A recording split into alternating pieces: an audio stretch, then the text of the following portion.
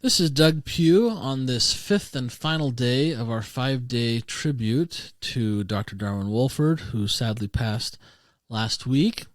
And on this final day, I am excited to share two of my guilty pleasures, my guilty Wolford pleasures, with you. These are two arrangements from his books with strings attached. The first is The Lord is My Shepherd, and the second is Reverently Quietly.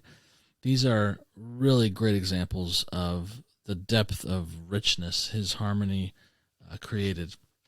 So, to give a little preface to this, you may or may not know that Darwin had quite a great musical pedigree of teachers. On the one side, he studied with Alexander Schreiner, both as an organist but also harmony with Schreiner, and studied also with Leroy Robertson in depth with harmony and composition. And Leroy Robertson studied with Arnold Schoenberg, the famous Austrian composer who tipped the balance from tonality to atonality in the early 20th century. And Alexander Schreiner was a colleague of Arnold Schoenberg's at UCLA, where they both taught. In fact, Schreiner, the tabernacle organist, played at the funeral of Arnold Schoenberg, which is kind of interesting. They were close friends. So Darwin has this deep, rich, late Germanic harmony influence from Leroy Robertson, Schreiner, and back to Arnold Schoenberg, which is very post-Brahmsian richness. And then on the other side, he studied with Ned Rorem, Pulitzer Prize-winning American composer Ned Rorem, for 2 years. And Ned spent a lot of time, like decades, living in Paris, and got deep into the French sounds of like late Ravel, Poulenc, the Les Six group, which Poulenc was a part of. And so he really was thick into that French kind of luxurious harmony. And Darwin displays both of those types of harmonies quite often. And in this arrangement in particular, you kind of get both. Which is really, really fun. So, okay, let's jump into The Lord is My Shepherd. As it's my guilty pleasure, one of my guilty pleasures, I'm going to play a little more for you than we have with some of the other pieces, and then come back and talk about what's happening. Okay, here we go.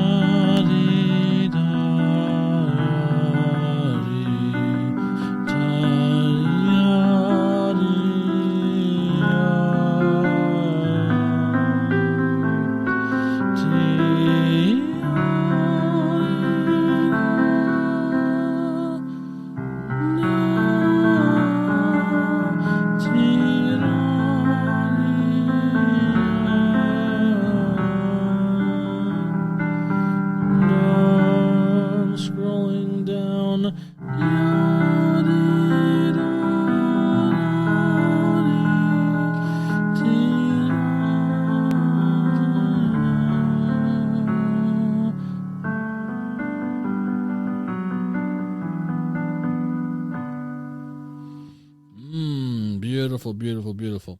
Okay, there's really some deep texture going on here.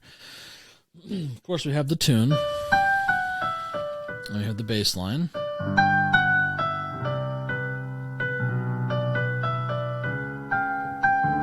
But then inside these ongoing 16th notes, the downbeat of each of those creates this internal line. The A, G, F sharp, E, D, E, F sharp, G, A, G. So we get this internal line, which is so nice. turns 2 layers into 3, which is very, very nice. Okay, so we start a little bit ambiguous with this, like, what chord are we on? Then we resolve it. So, okay, G major, and the full G in the bottom, but with a little accented passing tone that resolves. So 1 chord to a luscious C major 7 with a 9th, because the melody is the 9th and the 7th of C major. And normally you would just keep the G major going, da dee da da dee da da dee da dee da do dee da. That's what the original does, but Darwin is not going to keep with that. Da dee da. That 4 chord with the 9th and the 7th is so nice.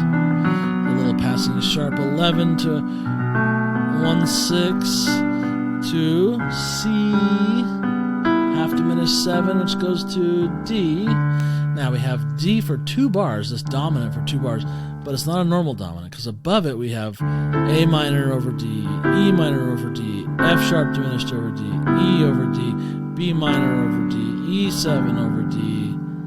So it's not just normal 5.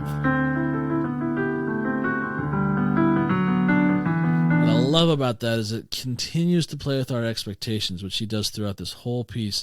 So every beat we're like looking for what's coming next, what's coming next, what's coming next. And after a long dominant, we're expecting a return to tonic, but we don't. Instead, we get this incredible French sounding 4A sounding.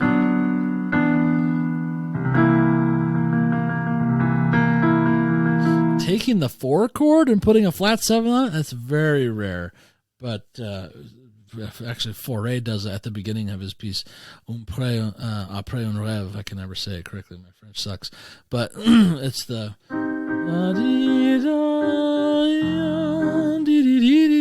that piece. He has a flat 7 on a 4 chord as well. And it's just delicious. And you would expect it to go to F major, but it doesn't. Instead, he continues this little half-step motion. Then, so to 3/7 or B minor 7, and then to A minor 7, F sharp diminished over A, and then we get a proper sounding 5 with a suspension resolution. Now we're back to where we started with the G minor. Now same C major 7 with the 9th, and then the same C sharp, half diminished 7 to what we think is going to be 5. Right? You think you're going to go to 5, but instead we have the bass moving up to 5, but then the G sharp, F natural. So, which then goes to this A minor with a delicious 9th. That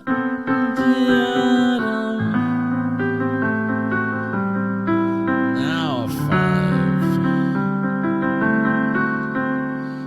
and back to the F sharp diminished, which we think it's going to go C, G with B in the bass, but it doesn't. It goes to G sharp diminished with B in the bass, which becomes E7 with B in the bass, and then back to A minor, but we can't be done yet, so we jump down to this diminished on D sharp, which leads us to the 6, which is another one of those delicious, so nice. Now 5, 7, and 4, we get the G major chord with the flat 7, which goes to C9, C major 7, back to E7 with B in the bass. See how the bass is stepping down. D, da, da, 2, 7, 5, 7, and then 2, 1.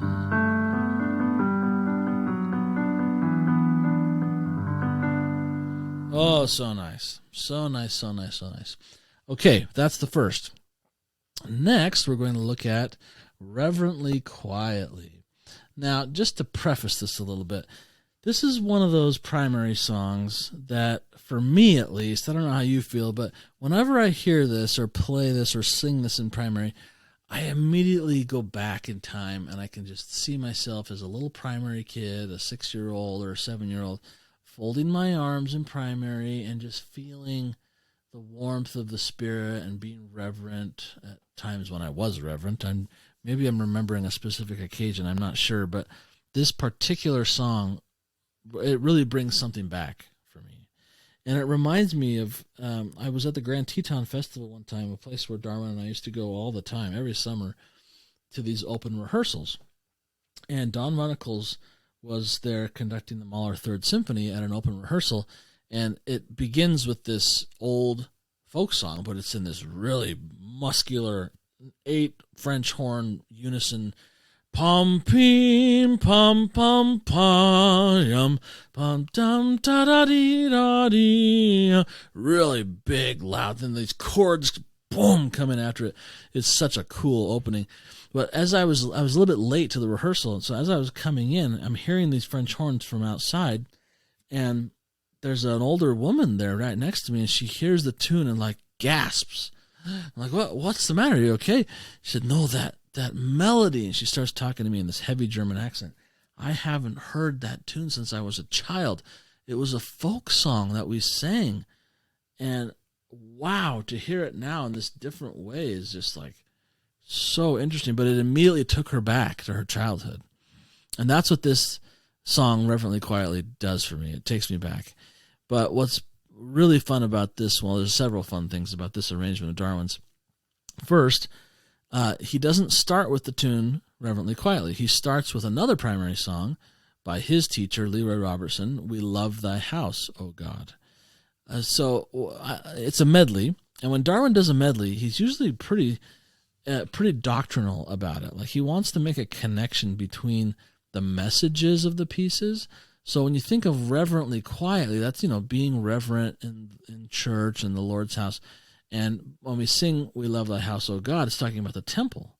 So to have this primary song be singing about the temple and then to go into Reverently Quietly, it's just such a good correlation between these two. Of course, it creates a melodic contrast with the two tunes in the same piece, so you get like an ABA, but they really fit doctrinally.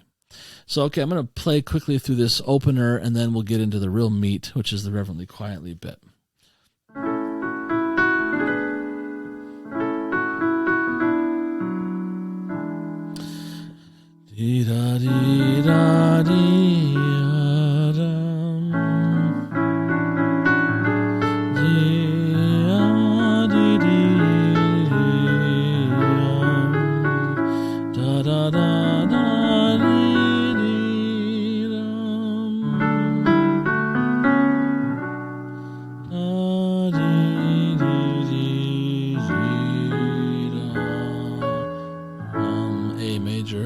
And then with one little switch of an accidental, we go to D major.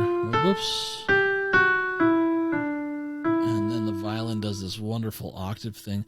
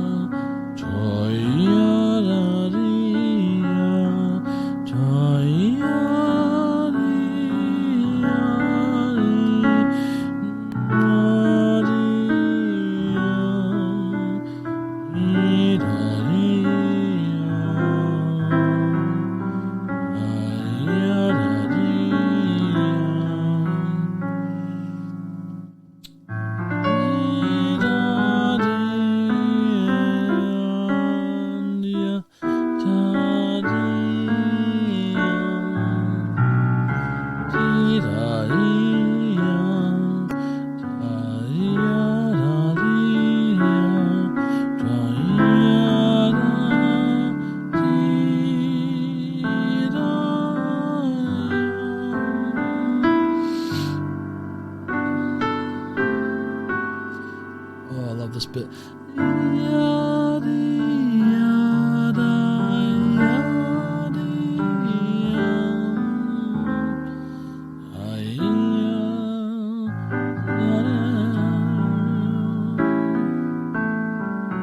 Then the tune starts again, but now the piano takes the tune, and the violin follows by playing the same tune, but 2 beats off. We have a canon. A really nice canon. Beautiful. Okay, so what's happening here? I kind of butchered it playing, my apologies. We get lots of D major for the whole first line. We get these nice big swooping intervals in the violin. Really violinistic, good, nice swooping sound. With ninths in the piano. These little noodles moving around.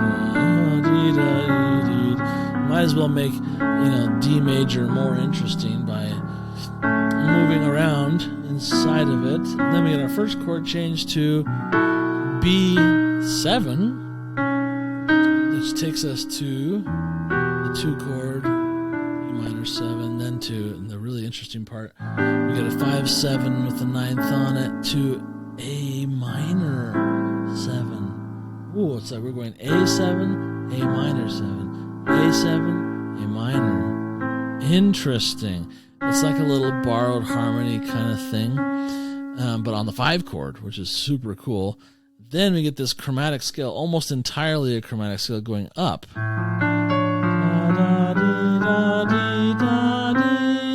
That's the one non-chromatic part between the A and the B. But then we get that missing note with the B flat. So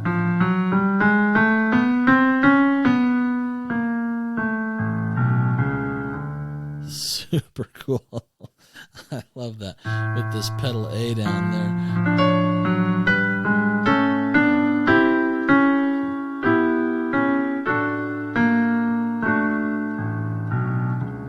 So they contrast each other because this upward motion is angsty. Whenever you go up with sharps, it adds yearning. And then when you come down with chromatic flats, it adds this melancholy.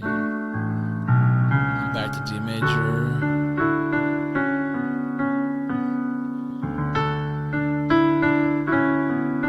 Then the D becomes D dominant 7, which is 5-7 and 4, with lots of moving color to 4.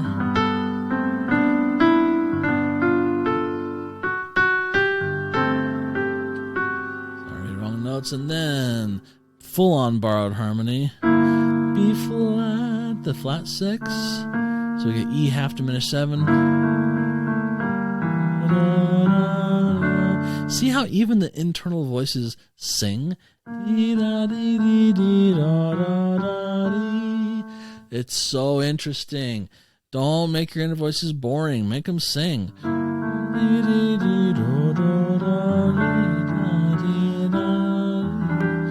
mean, if you were a tenor or an alto, you'd love that. Let me get this chromatic neighbor tone. Really cool sound. It almost sounds like an Italian 6, but it's on the wrong. It's on the wrong place. And then it comes back.